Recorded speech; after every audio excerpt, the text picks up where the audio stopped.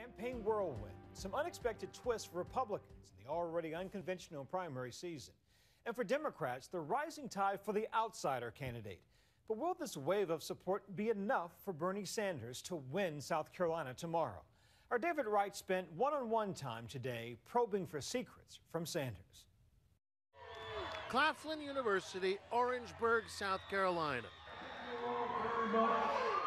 Home of the Panthers and the Lady Panthers, and for one night only, Senator Bernie Sanders. You have the right to vote. End of discussion. We're with him backstage. How do you keep your energy level up? Because I'm young. I'm not old like you. We've just been running all over the country. We're doing great. Okay. And these kinds of events really energize me, to tell you the truth. Yeah. We're down to the wire in the 2016 race for the White House. Primary season quickly coming to a crescendo, especially over on the Republican side. Marco Rubio is a lightweight. He's not a strong guy. Perhaps the biggest development today, a major endorsement. The best person to beat Hillary Clinton in November on that stage last night is undoubtedly Donald Trump. And so I am thrilled to be here this morning to lend my support. New Jersey Governor Chris Christie endorsed Donald Trump. He is rewriting the playbook of American politics because he's providing strong leadership that's not dependent upon the status quo. That after a bruising performance last night at the 10th GOP debate. Donald, relax. Go ahead. I'm relaxed. You're the basket case. Go ahead. Donald. Go ahead. Don't get nervous. Go ahead. My name is Ted Cruz and Marco Rubio tag-teamed Trump in a last-ditch effort to stop him. Gentlemen. Today, at their separate campaign events, the schoolyard brawl continued, with Rubio calling Trump a con artist. It's time to pull his mask off so that people can see what we are dealing with here. And Trump calling Rubio a choke artist. Once a choker, always a joker. And that was one of the epic meltdowns. He didn't know where he was. I thought he was gonna die. Today, Trump mocked that moment during Rubio's State of the Union response to the president's State of the Union. It's Rubio! Today, Trump splashed water around as though it were flop sweat from Rubio.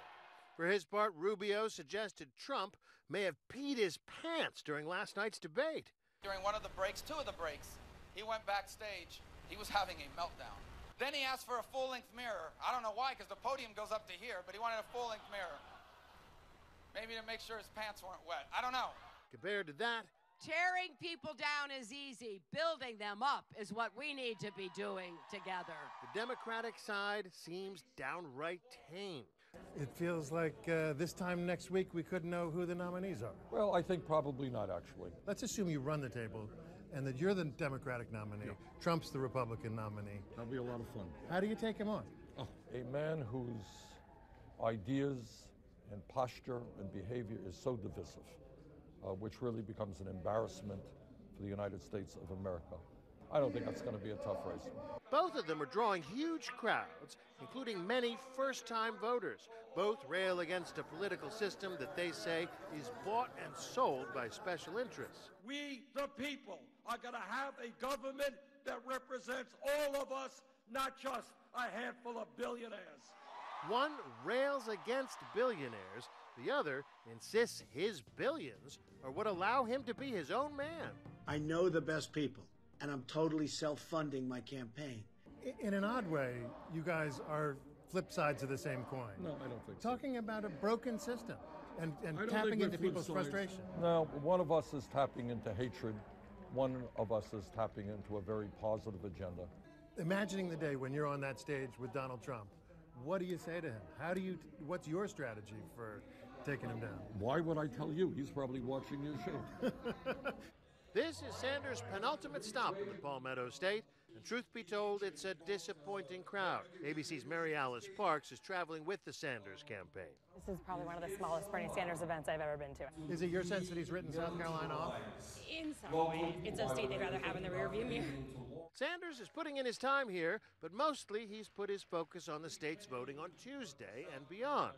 Tonight here in Orangeburg, the two Democrats almost ran into each other. Stop number 2 today, the Orangeburg fish fry and oyster bake. Hillary Clinton's actually inside right now. Bernie's waiting. He's on next.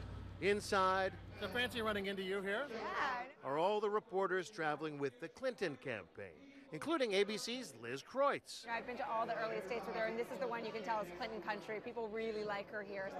In South Carolina, the Democratic electorate is more than 50% black. We need you. Well, I'll be there for you.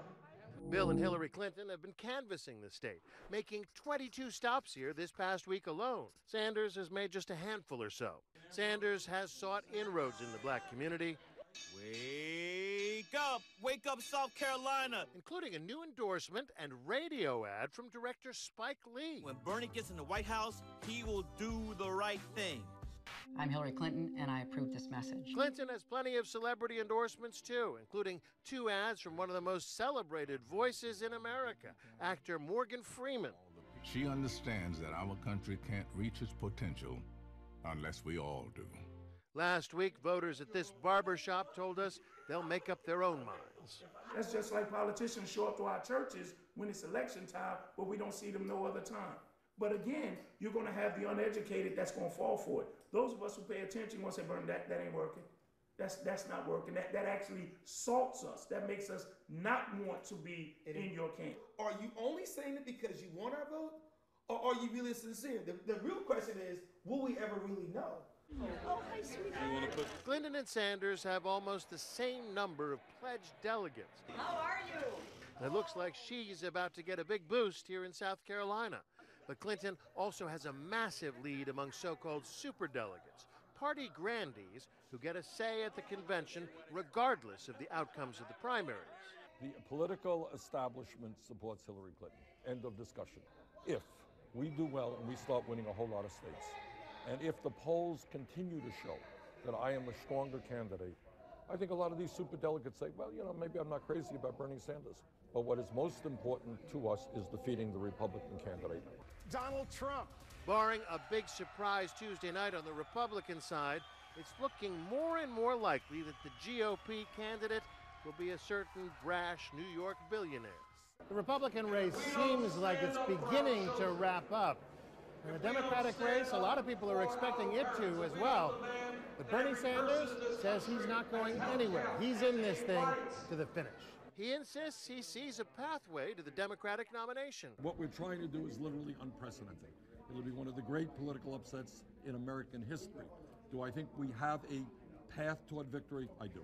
Are you in this all the way up to the convention? Oh, absolutely. No. California, obviously, is 20% of the total delegates come from California. 20%. So you're not going anywhere, regardless of what We're happens. going to California. We're off to the West Coast, absolutely. Win or lose big tomorrow, he's settling in for the long haul. I'm David Wright for Nightline in Orangeburg, South Carolina.